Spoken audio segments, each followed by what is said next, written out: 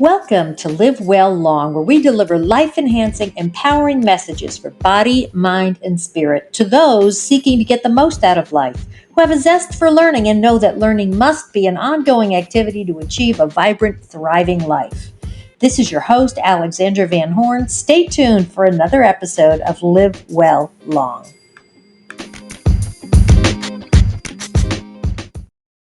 Hey, everyone. This is Alexandra with Live Well Long. Welcome.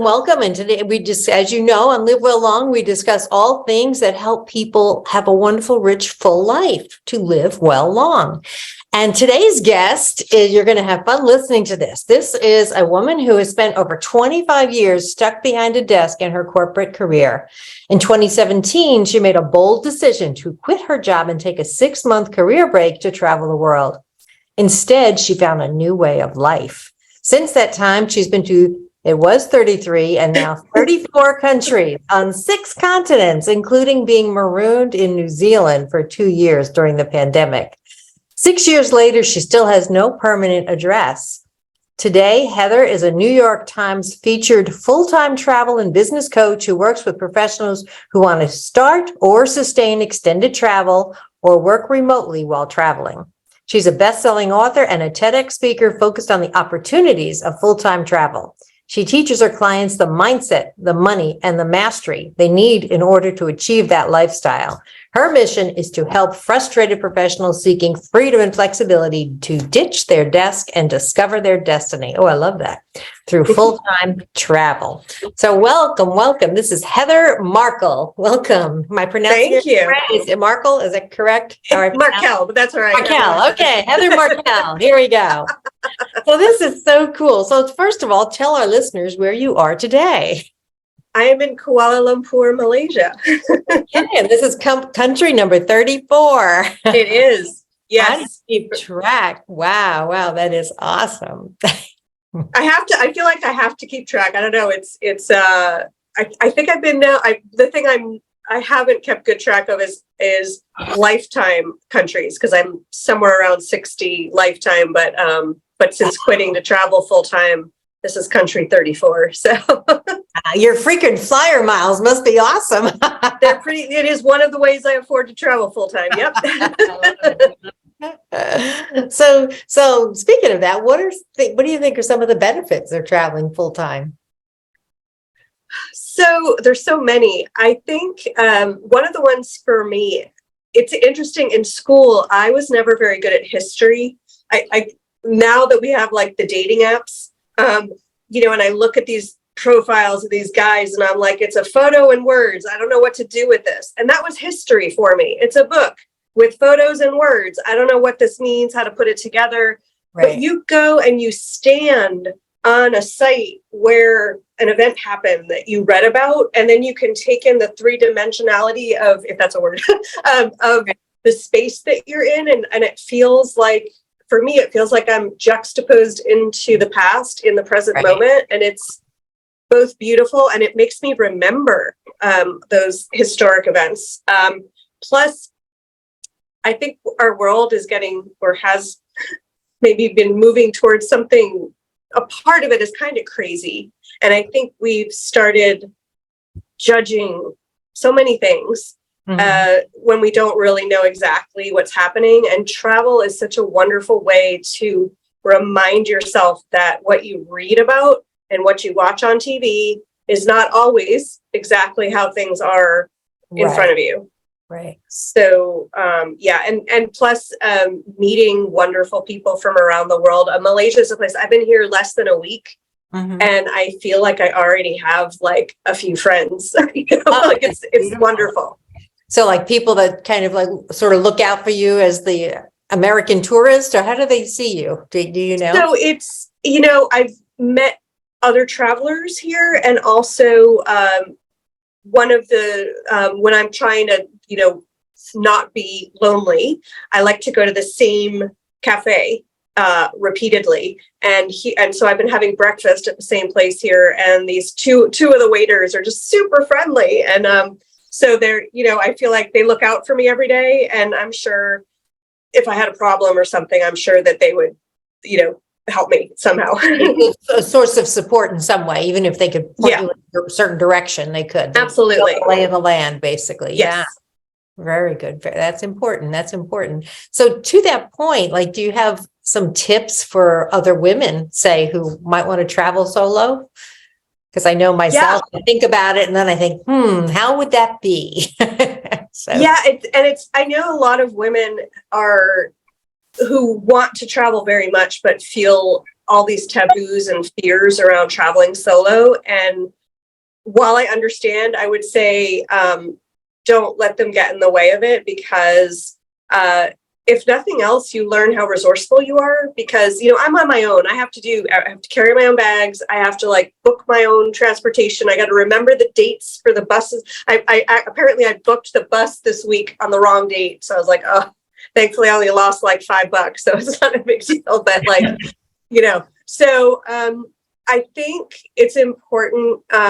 However, being solo, you do need to be mindful of what's going on around you, and remember to, not be out with your phone all the time, not like wave lots of cash around.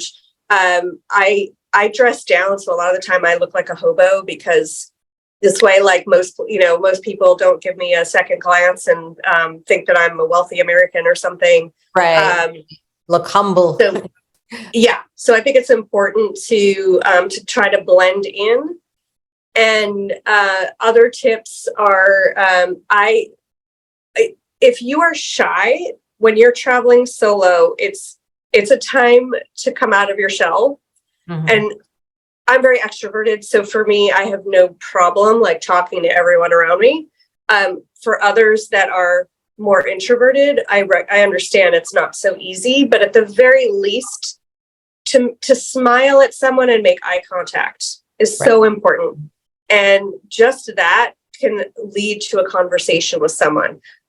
Compliment someone on if you like what they're wearing. Usually as a woman, it's easy to find something you admire on another woman that you can just start the conversation with. Wow, I love your scarf. Or, oh my God, I just had to tell you, it's so pretty. So because reaching out and making those connections are how you start forming friendships, or if not friendship, it's something more of an acquaintance, and that can lead to a friendship. And one of the things I love when I'm on the road a long time is if you meet someone that you click with, as you each go your separate ways. I had a friend while I was going through South America. We met in Thailand, and then we stayed in touch. And while we were both traveling through different parts of South America, we kept each other posted. We would text each other and say, "I'm going here tomorrow. I should arrive by this time." And we knew to look out for each other. If we didn't hear from the other one, we knew to be worried. And so it was a great check-in point. Right. And I think having those people that are looking out for you, and get known, like my friends in the cafe, right? If I don't come in, they might worry. Where is she? Right. So, so having those kinds of people, but to do that, you have to go out of your shell and start talking to people and create them so that you have a little network around you as you travel. Right. Yeah. And how do you handle language? Like, I mean, it's 34 countries, and you said that's not Lifetime. Lifetime is even more. I mean, now we have, I guess, Google Translate on our phone. Yeah. Are most of the countries, is English prevalent in many of the countries that you've been to? It is. No, I mean, well, not always. So I speak 6 languages, which helps a lot. There are places in South America I've been where they speak no English. And I was thinking of going to Mexico recently, and I'm sure I'll get there soon. But there are parts of Mexico where they also don't speak any English. So there are places in the world where English is not a standard thing. What I've found is, so in Malaysia, they mostly speak English, but I grew up luckily learning that. So I lived with a host family when I was 16 in France. And I learned to speak French because of them. I had a high school French background, but putting it together into speaking was something else. Yes. So my host mom, made me aware of what they call the ugly American, right? Who travels the world and just expects everyone to speak English. And I didn't want to be that person. So even now, like on the plane over here, one of the two planes over here, I sat next to a Malaysian couple and I asked them to tell me how to say, please, thank you, those kinds of things in Malaysian. And as I've gone, I've written down more things. So I try to at least say a few phrases, a few words in the local language, because even if I don't have to, I think it endears you to people because you've made the effort to recognize their culture, that you're in their country, and that, to be respectful of their customs and their ways. I just think that's an important part of travel. But that being said, even if you're not a linguist, there's a lot of the world that does speak English. Great.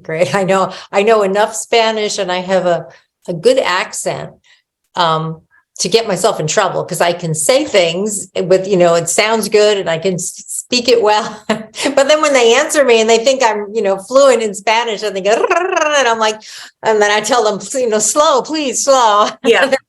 I can't understand that much. Yeah, I know what you mean. Yeah. So, wow. So favorite countries. What are your favorite countries so far? I mean, you must have a few. I do, and it's always hard to pick favorites because what constitutes a favorite country. Right. I could say landscape, I could say people, I could say experiences, but I mean, on the top of my list would be places like Argentina, Peru, New Zealand, South Africa, Namibia, amazing. Wow. Yeah, like because I'm someone that when I vacation traveled, I didn't dare go past Europe, basically, because, you get a week or two and it's too much jet lag and flying to go much further.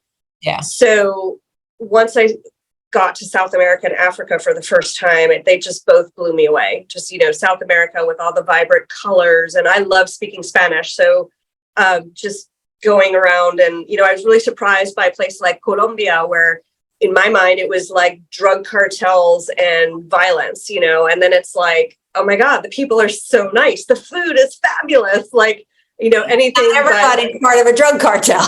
Exactly. So,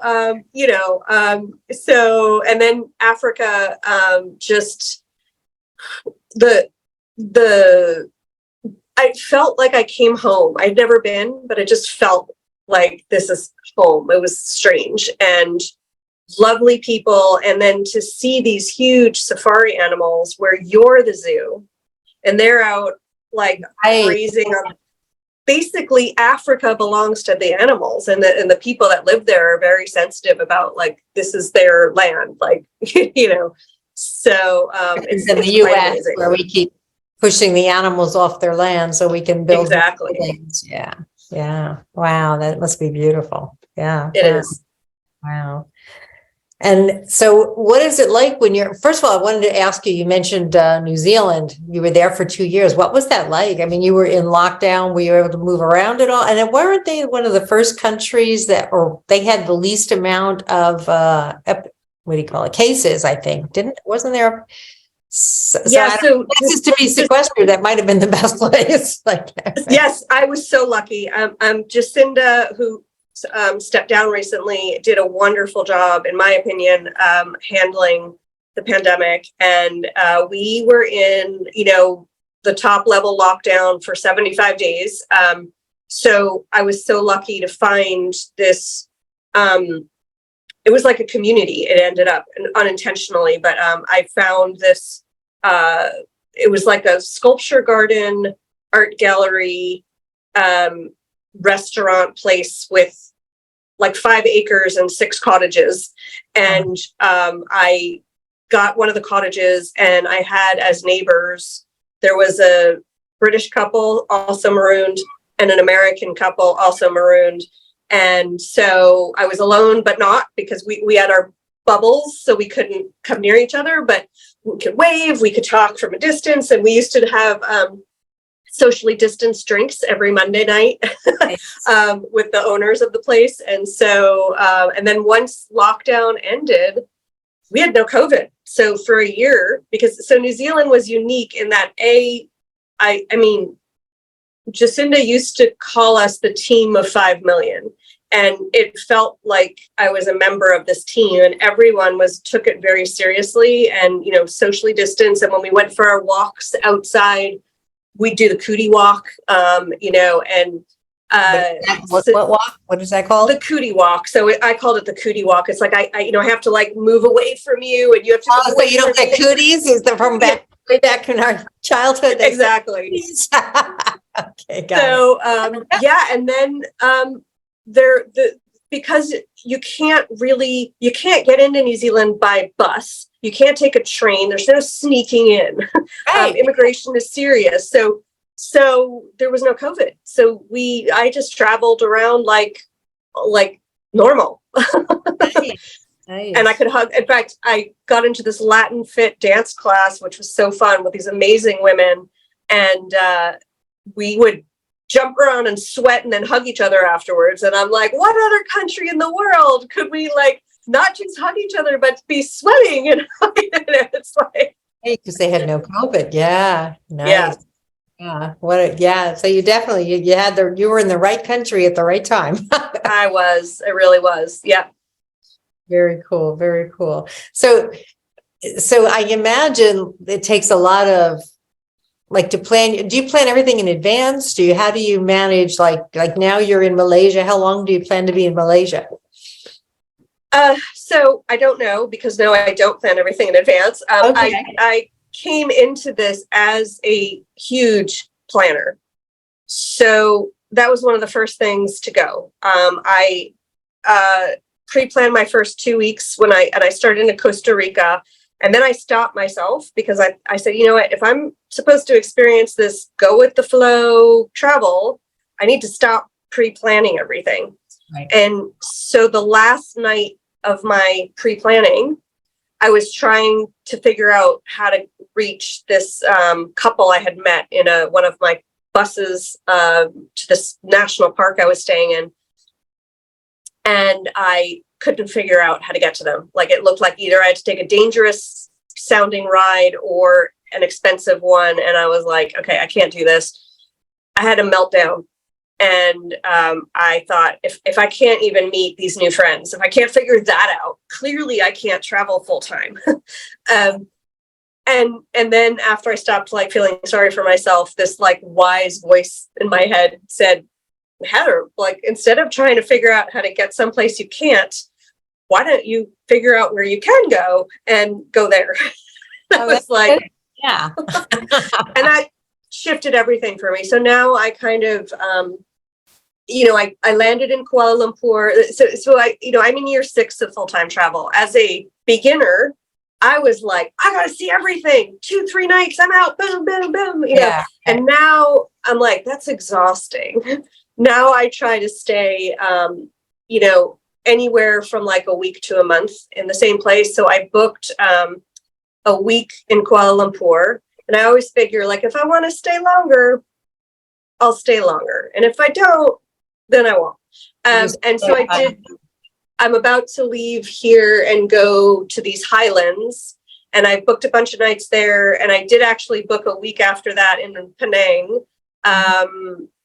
But I know that, hey, if I like the highlands, I'm probably going to see if I can stay there longer and push back the other plans. So, so I don't know how long. I do know that this trip I do plan to go to South Korea at some point. I don't know exactly when, and if I'll be adding on another country along the way, or everyone's told me to go to Borneo. So that's the thing about this beautiful way of traveling is it's not set in stone. And in fact, I find pre-planning stressful now. Yeah. So because, I don't know, it doesn't allow me to experience a place I want to be able to leave and feel like I had enough time here, right? Or or it might be, I wish I had a little longer, but I'm coming back here. That's fine. Right. But it's a very different experience than vacation travel. Sure. And then when you're there, I'm assuming if you, like you said, make people from other countries or other expats, or then they say, oh, you've got to go see whatever. And then, so you add that into your, okay, I will go there. Yeah. That's exactly what happens. Like this couple from Malaysia on the plane told me about, I'd heard about like the Batu Caves. I knew I wanted to go there. I'd heard about a few places, but I don't know that I really heard about the Genting Highlands, where I actually went there today. And I'm so glad. Like, and this is because I met this couple on the plane, and then exactly like I meet other travelers who were like, "Oh, you want to go to a cool place? Go here." And I'm like, "Great, I'll be going there." So yeah. Right. Cool. Very cool. Very cool. Wow. So now you're a full-time travel coach. So you not only do it, but obviously you coach others. How do you Yes. help clients? What are some of the ways you help your clients? So I meet my clients where they are. I have a full program where I go over those 3 pillars you mentioned at the beginning, which is the mindset, money, and mastery, because typically a client is they come in because they're like, how am I going to afford this? Right. And it's there's a lot of focus around money. But as a business coach as well, I know that like mindset is always the thing that's in the way of accomplishing what you want. Right. So while the money piece is important and I give it a lot of focus, I try to go into the mindset piece first so we can like break that apart and then rechannel that fear and anxiety. And then we could, deal with how do you afford full-time travel? Because there's no one size fits all. You need to know how you're going to be doing your travel, how long you're doing it. There's a whole bunch of factors. So I help my clients figure that out, make a realistic budget to do that. And then the mastery is all about the logistics, right? How do you approach your stuff, your home while you're away? What are you doing with those things? How are you going to save money or make money while you're going? What about visas, vaccinations, those kinds of things? So that's sort of the core thing. And one of my clients recently wanted an idea of, I'm not a travel agent, but I've been a lot of places. So she was just kind of curious about like, what would be a possible itinerary where she could touch down in one place and know she could go to a bunch of other places. So I helped her kind of look at the map and figure out where, if she went to this country, what other countries are nearby and worth seeing, kind of thing. So it varies by client what I do. Yeah. Wonderful. Wow. That is, I love the whole idea. And as far as like staying places, do you have a certain and I imagine this varies person by person. Do they are they willing to stay in a 2-star hotel, or is it only 4 stars and 5 stars? Like how do you decide, and how do you pick your places? So, yeah, well, sorry, so were you meaning for my clients or for me? Either one. Like, what do you personally think is a good place for you? 2-star, 4-star, 5-star, and what do you tell your clients? Like, how do they decide? So for my clients, it's very much a realistic look at expectations and travel, and then how that matches budget. Right. So, because if you want to stay at the Ritz-Carlton everywhere you go, you need a big budget to travel. And if you don't have it, then accommodation needs to look a little different, most likely, because that is one of the biggest expenses. Yeah. For me, I go different ways at different times. So house sitting is my favorite because since I'm solo traveling, having the companionship of someone's like cats, dogs, whatever is just really lovely. And of course, it's free accommodation. So that's my first choice. Failing that, so Malaysia, for example, is a less expensive country. Vietnam as well, which means it's more affordable and possible to stay in a nicer hotel without breaking the bank.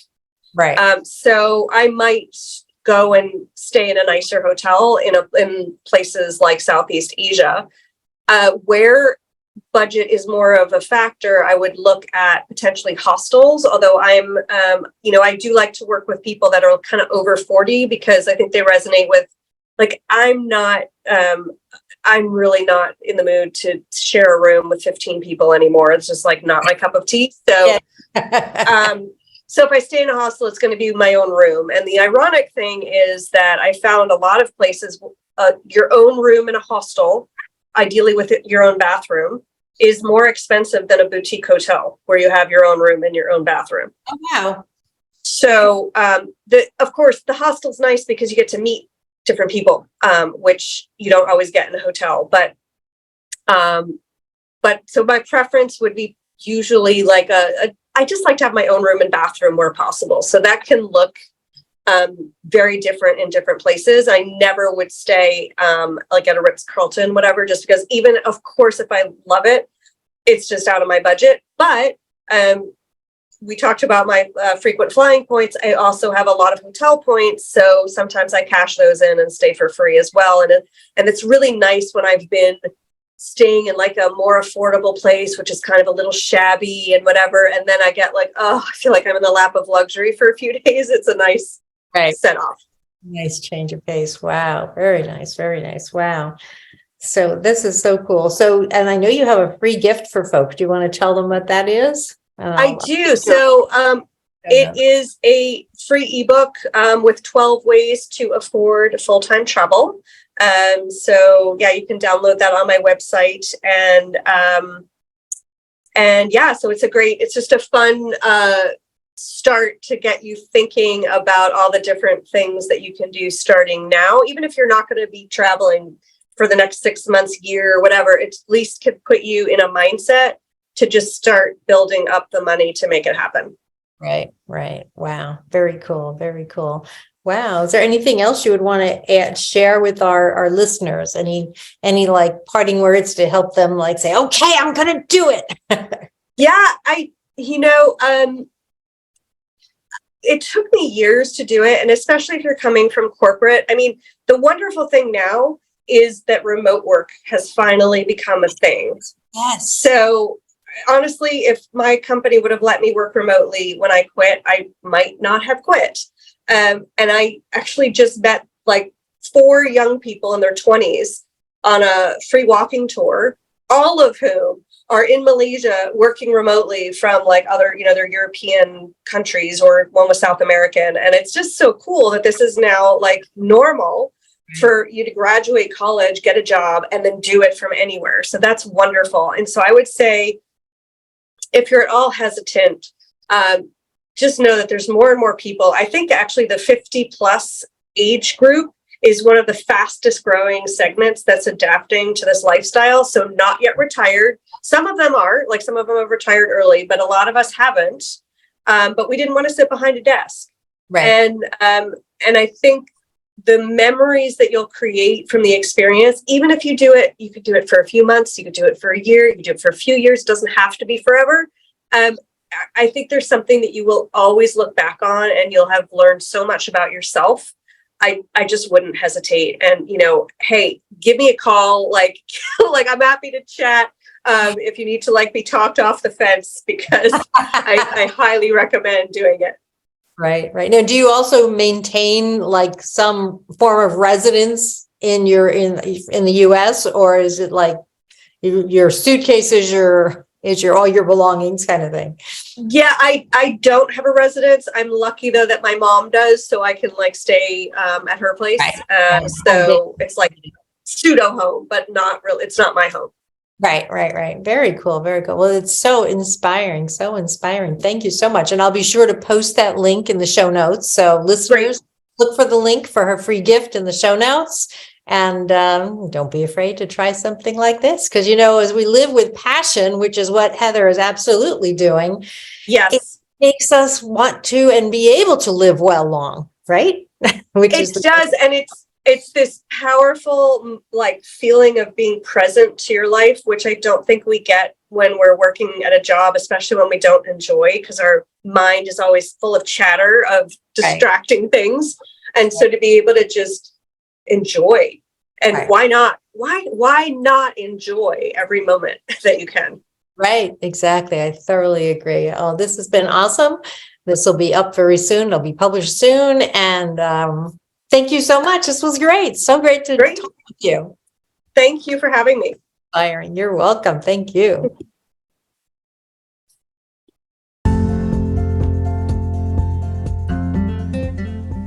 Thank you for listening. This is Alexandra with Live Well Long. Be sure to hit subscribe so you don't miss any of our important episodes. We want to be sure that you get everything you can to do your best to live well long. Feel free to reach out to me at alex@avhcoaching.com. And remember to take good care of yourself so that you live well long. Talk with you soon. Bye.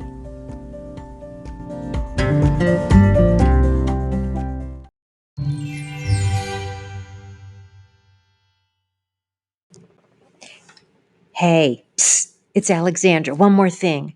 Would you please share this on Facebook, Twitter, send an email to your friends? Just hit the share link and pick a way to share it. I would love it. Thank you so much. Bye.